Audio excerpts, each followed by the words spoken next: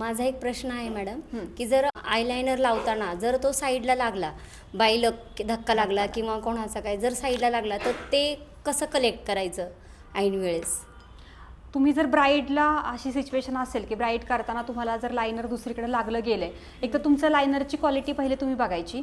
त्याचं जर ड्राय होणारं असेल लायनर, तुम्ही ऑब्झर्व करा की ते पटकन निघतंय असं लायनर असेल तर तुम्हाला तसंच ते होल्ड करायचंय. पण जेव्हा तुम्ही क्रीम बेस लायनर लावता तेव्हा तुम्हाला काय करायचंय, ह्या स्पॅच्युलावरती थोडंसं बेस फाउंडेशन घ्यायचंय आणि ते फाउंडेशन त्या डार्क जिथं बाहेर गेलेलं आहे त्याच्यावरती तुम्हाला ह्यानी फक्त डॅप करायचंय आणि नंतर तुमचं आय शॅडो तिथं लावून द्या.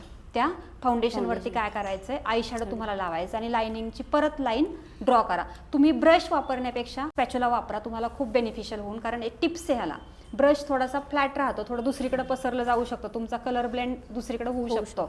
पण ह्याने तुम्हाला टिप्स जिथं पाहिजे तिथंच प्रोडक्ट तुम्ही लावू शकता. आणि मस्कारा जर साईडला लागला किंवा खाली लागला तर कसं करणार? मस्करा लागला तर मस्कराला होल्ड करायचंय. एखादं काम तुम्ही बाकीचं करा, हेअरस्टायलिंग करा, ड्रेपिंग करा आणि तो होल्ड केल्यानंतर ड्राय होतो मस्करा. तुम्हाला त्याला वेट टिश्यूनी किंवा ड्राय टिश्यूनी पुसायचं नाहीये. तो होल्ड झाला की त्याचा पापुद्रा निघतो, मग ॲज इट इज तो निघला जातो, आपला बेस हलत नाही. थँक्यू.